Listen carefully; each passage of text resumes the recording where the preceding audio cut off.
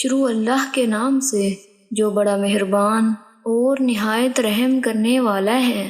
السلام علیکم ورحمۃ اللہ وبرکاتہ۔ حضرت معاذ رضی اللہ تعالیٰ عنہ بیان کرتے ہیں، میں نے عرض کیا، اللہ کے رسول، مجھے کوئی ایسا عمل بتائیں جو مجھے جنت میں داخل کر دے اور جہنم سے دور کر دے۔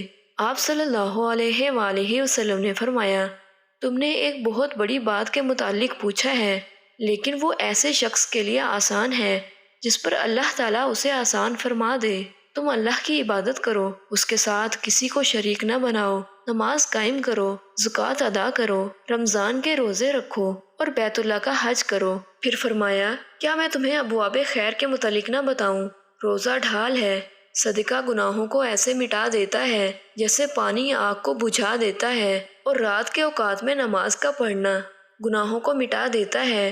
پھر آپ نے سورہ سجدہ کی آیت تلاوت فرمائی، ترجمہ، ان کے پہلو بستروں سے دور رہتے ہیں حتیٰ کہ آپ نے وہ عمل کیا کرتے تھے تک تلاوت مکمل فرمائی۔ پھر آپ صلی اللہ علیہ وآلہ وسلم نے فرمایا، کیا میں تمہیں دین کی بنیاد، اس کے ستون اور اس کی چوٹی کے متعلق نہ بتاؤں؟ میں نے عرض کیا، کیوں نہیں اللہ کے رسول، ضرور بتائیں۔ آپ صلی اللہ علیہ وآلہ وسلم نے فرمایا، دین کی بنیاد اسلام ہے، اس کا ستون نماز اور اس کی چوٹی جہاد ہے۔ پھر فرمایا، کیا میں تمہیں ان سب سے بڑی چیز کے متعلق نہ بتاؤں؟ میں نے عرض کیا، کیوں نہیں اللہ کے نبی، ضرور بتائیں۔ آپ نے اپنی زبان کو پکڑ کر فرمایا، اس سے روک لو۔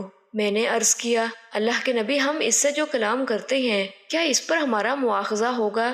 آپ صلی اللہ علیہ وآلہ وسلم نے فرمایا، معاذ، تیری ماں تجھے گم پائے، لوگوں کو ان کی زبانوں کی کاٹ ہی ان کے چہروں یا نتنوں کے بل جہنم میں گرائے گی۔ اللہ تعالیٰ سے دعا ہے کہ اللہ تعالیٰ ہمیں اپنی زبان کی حفاظت کرنے کی توفیق عطا فرمائے، آمین۔